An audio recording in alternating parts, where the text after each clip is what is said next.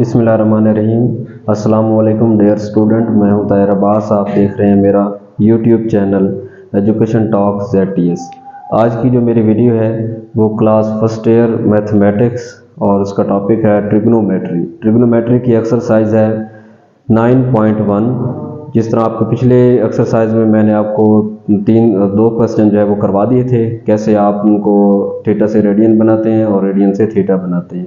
अब जो question number 3 है इस एक्सरसाइज का, इसमें अगर जो आपके हैंड वॉच होती है वहाँ पे कुछ जो है वो आवर है, मसलन 2 o'clock हो जाता है या 3 o'clock हो जाता है या 4 o'clock 5 o'clock, तो इस टाइम में घड़ी की जो सुइयाँ होती हैं उस दौरान एंगल जो है वो कितना बनता है, वो आपने कैसे फाइंड करना है। तो क्वेश्चन नंबर 3 में आपकी जो हैंड वॉच है उस पर अगर 4 o'clock हो चुके हैं तो फिर एंगल जो है वो कितना सुइयों के दरमियान बनता है, तो वो आपने फाइंड करना है। तो उसके लिए सबसे पहले तो आपने क्या करना है, क्योंकि जो हैंड वॉच होती है वो अमूमन सर्कल में ही उसको लिया गया होता है, तो सबसे पहले आपने एंगल मेजरमेंट बता देनी है सर्कल की। Angle of a circle in circumference अगर उसको लेते हैं तो वो आपके पास होता है 360 डिग्री के, और अगर इसको आप रेडियन में लेते हैं तो वो इक्वल होता है 2 पाई के। तो जो आपकी हैंड वॉच है उसमें अगर उसको बाय एंगल देखा जाए तो टोटल एंगल जो है वो 360 डिग्री होते हैं, और अगर उसको रेडियन में लें तो वो होता है 2 पाई के। तो आपने करना क्या है, उस हैंड वॉच का 1 आवर जो है वो निकाल लेना है कि एंगल कितना होगा, यानी 1 आवर में एंगल कितना होता है। वो निकालने के लिए आपने लिखना है कि एंगल सबटेंडेड इन 1 आवर, यानी 1 घंटे में आपके पास एंगल जो है वो कितना आप घड़ी की सुइयों के दरमियान देखते हैं। तो उसके लिए आपने क्या करना है, क्योंकि हैंड वॉच में टोटल जो आवर है उनकी तादाद जो है वो 12 होती है, तो आपने इस एंगल 2 पाई को डिवाइड करवा देना है 12 से। तो आपके पास इन 1 आवर जो एंगल सबटेंड हुआ है उसकी वैल्यू आ जाएगी। तो वो हम देखें, सिंप्लीफाई करने से 2 जो है वो 12 को डिवाइड करेगा तो पाई बाय जो है वो 6 आ जाएगा। तो 1 आवर में आपके पास जो एंगल है वो क्या आता है, पाई बाय 6। अब आपसे वो जितना पूछता है, चाहे आपसे वो 1 आवर में पूछता है तो पाई बाय 6 होगा, 2 आवर से पूछता है तो फिर आपने इसको 2 से मल्टीप्लाई करना है, यानी 3 o'clock पे एंगल निकालना है तो आपने उसको 3 से मल्टीप्लाई करवा देना है। अगर आपने 4 o'clock पे निकालना है तो आपने उसको 4 से मल्टीप्लाई करना है। इवन कि आप 11 o'clock पर एंगल निकालना चाहते हैं तो इसको आपने 11 से मल्टीप्लाई करना है। तो क्वेश्चन नंबर 3 में उसने 4 o'clock में जितना एंगल सबटेंड हो रहा है वो उसने पूछा है, तो उसके लिए आपने यहाँ पर लिखना है कि एंगल सबटेंडेड एट 4 o'clock, यानी 4 o'clock पर आपके पास जो एंगल है वो कितना आता है हैंड वॉच में। तो उसके लिए आपने क्या करना है, दी गई जो वैल्यू है उसको 4 से मल्टीप्लाई करवा देना है, यानी 4 क्रॉस आ जाएगा पाई बाय 6 की। तो इसको मल्टीप्लाई करेंगे तो ये आपके पास आएगा, इसको मज़ीद 2 से सिंप्लीफाई करेंगे 2 आएगा, और यहाँ से 2 से मल्टीप्लाई करेंगे, सॉरी डिवाइड करेंगे तो 3 आ जाएगा। तो ये बनेगा 2 पाई बाय 3। तो अगर आपकी हैंड वॉच पे 4 o'clock टाइम है तो फिर आप बता सकते हैं कि जो एंगल वहाँ पे सबटेंड हो रहा है वो है 2 पाई बाय 3। तो ये एक आसान सा तरीका था इसके कि आप घड़ी की सुइयों के दरमियान एंगल निकालना चाहते हैं तो वो किसके इक्वल होता है। उसके बाद आपके पास क्वेश्चन नंबर आता है 4। क्वेश्चन नंबर 4 में वो आपसे पूछ रहे हैं कि एक सर्कल में जो है वो रेडियस थीटा और उसकी आर्क लेंथ हमें बताई गई हो, तो वो आपने कैसे फाइंड करना है, यानी लेंथ को फाइंड करना है या आपने उसको रेडियस को फाइंड करना है या एंगल को फाइंड करना है। तो उसके लिए आप क्या करेंगे, उसके लिए आपको एक जो इक्वेशन है वो याद करनी होगी, और वो ये होता है कि L is equal to R theta. L for arc length होती है, R फॉर रेडियस होता है, और थीटा जो है वो आर्क लेंथ और दो जो रेडियस होते हैं उनमें बनने वाला जो एंगल होता है उसको कहते हैं। तो L is equal to R theta होता है। ये है कि अगर आपने लेंथ फाइंड करनी है तो उसके लिए होता है। इसके लिए फिर मज़ीद जो है वो दो पॉसिबिलिटीज़ होती हैं कि अगर आपने R को फाइंड करना है तो फिर थीटा से दोनों तरफ डिवाइड कर दिया जाता है और वो बन जाता है L बाय थीटा। तो ये फर्स्ट आपके पास आती है इसकी पॉसिबिलिटी। और अगर आपने थीटा फाइंड करना है तो उसके लिए आप R को दोनों तरफ डिवाइड कर देते हैं तो L बाय क्या आ जाता है R के। तो ये दो पॉसिबिलिटी इस इक्वेशन से जो है वो हमें हासिल होती हैं। तो तीनों किस्म के सवाल होते हैं, L फाइंड करना होता है या रेडियस फाइंड करना होता है या थीटा फाइंड करना होता है। तो इसके लिए जो क्वेश्चन नंबर आपको दिया गया है 4, क्वेश्चन नंबर 4 में उसने आपसे पूछा हुआ है थीटा फाइंड करें, यानी एंगल आपने जो है वो फाइंड करना है। उसके लिए क्या होगा, वो आपको एल भी बता देगा और रेडियस जो है वो भी बता देगा सर्कल का।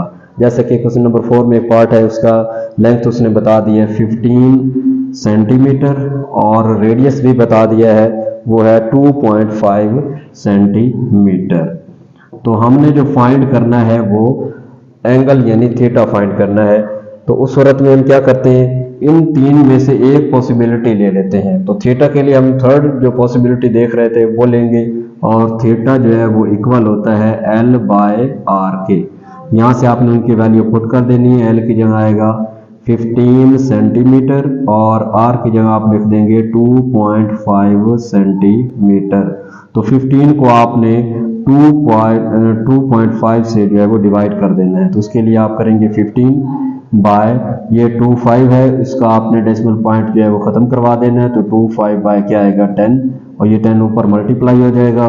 सो थीटा इज इक्वल टू हो जाएगा 15 क्रॉस 10 और बाय आएगा 25 के। तो यहाँ से अब आपने क्या करना है, 15 और 10 को मल्टीप्लाई करेंगे तो ये 150 हो जाएगा और बाय आ जाएगा 25 के। 25 से आपने इसको जो है वो डिवाइड करवा देना है तो आपके पास थीटा की जो वैल्यू है वो हासिल हो जाएगी। तो उसके लिए अगर हम 150 को 25 से डिवाइड करते हैं तो वो आता है 6। तो थीटा आपके पास आ जाएगा 6। जैसे ही आप थीटा की वैल्यू निकालेंगे तो ये रेडियन में होती है, तो आपने यहाँ पे रेडियन के लिए RAD शॉर्ट में लिख देना है। तो इस तरह आप थीटा की वैल्यू जो है वो इस एक्सप्रेशन से जो है वो मालूम कर सकते हैं।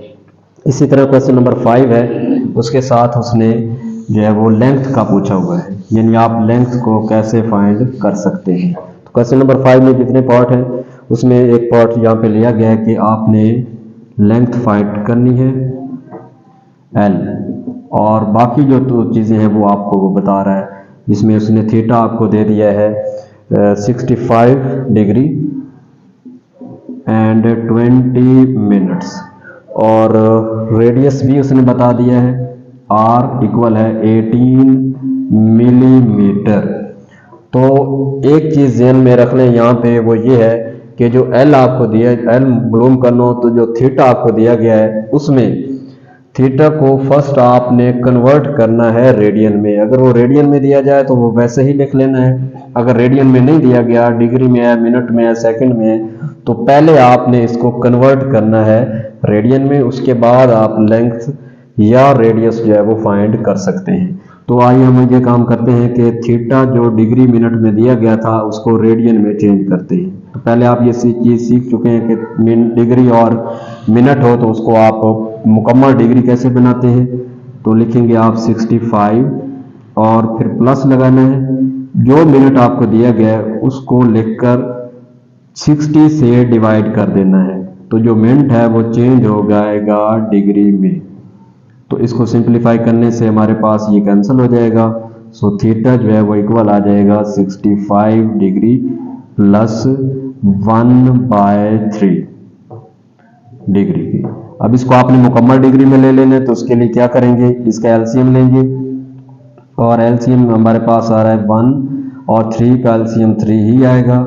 यहाँ से 3 को 1 डिवाइड करेगा तो 3 आएगा, 3 को आप 65 से मल्टीप्लाई करेंगे तो आपके पास वैल्यू आ जाएगी 3 5 15 और 3 8 18 और 1 जो है वो 19 हो जाएगा, यानी 195 आ जाएगा। प्लस 3 को 3 से डिवाइड करेंगे 1 आएगा, 1 को 1 से मल्टीप्लाई करेंगे तो 1 आ जाएगा और ये मुकम्मल डिग्री हासिल हो जाएगी। अब आपने क्या करना है, इन दोनों को ऐड कर देना है। तो थीटा इज इक्वल टू 196 हो जाएगा और बाय आ जाएगा 3 के, और ये रेडियन सॉरी डिग्री में आया है। अब हम इसको कन्वर्ट करते हैं किसमें, रेडियन में। तो रेडियन में कन्वर्ट करने के लिए आपको पहले भी ये चीज़ सिखा चुके हैं। तो 196/3 को मल्टीप्लाई करवा देना है आपने किसमें, पाई बाय 180 से। तो थीटा जो है वो इक्वल आ जाएगा, 196 को पाई से मल्टीप्लाई करवाएंगे तो ये आएगा 196 क्रॉस पाई की जगह उसकी वैल्यू लिख देंगे और वो होती है 3.1428 बाय 3 को 180 से मल्टीप्लाई करवा देंगे तो 303 हो जाएगा, सॉरी 0 हो जाएगा, 38 जो है वो 24, 2 कैरी में आ जाएंगे, 313 और 2 जो है वो 5 हो जाएगा। तो इस तरह आपके पास जो थीटा है वो निकल आएगा। थीटा इज इक्वल टू, इन दोनों को आपने मल्टीप्लाई करवा देना है, यानी कैलकुलेटर से करवा दें या जैसे आपको मल्टीप्लाई आती है तो वैसे ही कर दें। तो जब हमने इनको मल्टीप्लाई किया है तो यहाँ से जब हमने इसको डिवाइड किया है तो ये हमारे पास यानी 612.846/540 से जब आप इसको डिवाइड करेंगे, यानी इन दोनों को मल्टीप्लाई करने से हमें ये मिली है वैल्यू, और इसको 540 से डिवाइड करें तो ये आता है 1.1349। तो ये हमारे पास थीटा जो है वो आ जाएगा रेडियन में। अब आप आसानी से जो है वो लेंथ फाइंड कर सकते हैं, यानी L इज इक्वल टू होता है R थीटा के। R की जगह आपने पुट करना है 18 मिलीमीटर और थीटा की जगह आपने पुट करवाना है 1.1349 रेडियन। तो L इज इक्वल टू आ जाएगा। अब आपने इन दोनों को जो है वो मल्टीप्लाई करवा देना है। अब इसको मल्टीप्लाई करेंगे तो 18 क्रॉस 1.1349 का जो है वो मल्टीपल यहाँ पे आ जाएगा, जो कि L की वैल्यू को जाहिर करेगा। तो L इज इक्वल टू, जब इन दोनों को मल्टीप्लाई किया है तो ये आता है 20.234 मिलीमीटर। तो इसको आपने ना राउंड ऑफ कर देना है और ये अप्रॉक्सी जो है वो किसके इक्वल आ जाएगा, 20 के। तो क्योंकि रेडियस मिलीमीटर में था तो जो लेंथ होगी वो भी इसी यूनिट में आएगी, यानी मिलीमीटर में। तो इस तरह आप जो है वो L को फाइंड कर सकते हैं। उसके बाद इसकी थर्ड टर्म होती है कि आपने रेडियस कैसे फाइंड करना है। वो आपके पास क्वेश्चन नंबर 6 के पार्ट है कि वहाँ पे आपने रेडियस को कैसे फाइंड करना है। तो रेडियस फाइंड करने के लिए आपके पास जो है वो दो क्वेश्चन देगा, L और थीटा। तो क्वेश्चन नंबर 6 में जो पार्ट दिया गया उसमें थीटा बताया गया है। क्वेश्चन नंबर 6 में थीटा इज इक्वल टू दिया गया है 45 डिग्री और जो लेंथ है वो बताई गई है 5-6 सेंटीमीटर। तो फाइंड करना है हमने किसको, R को। तो R के लिए जो इनमें से पॉसिबिलिटी है वो ये सेकंड वाली नज़र आ रही है। तो R इज इक्वल टू होता है L बाय थीटा। यहाँ पे इसकी वैल्यू पुट कर दी जाएंगी, लेकिन ये तब ही मुमकिन हो सकेगा जब आपके पास ये 45 डिग्री जो है वो किस में आ जाए, रेडियन में। तो यहाँ से आपने साइड में इस थीटा को रेडियन में जो है वो कन्वर्ट करना है। तो उसके लिए आप 45 डिग्री क्रॉस जो है वो लेंगे पाई बाय 180 की। तो 45 जो है वो इसको डिवाइड करेगा तो ये 4 आ जाएगा। तो थीटा इज इक्वल टू हो जाएगा पाई बाय 4 के।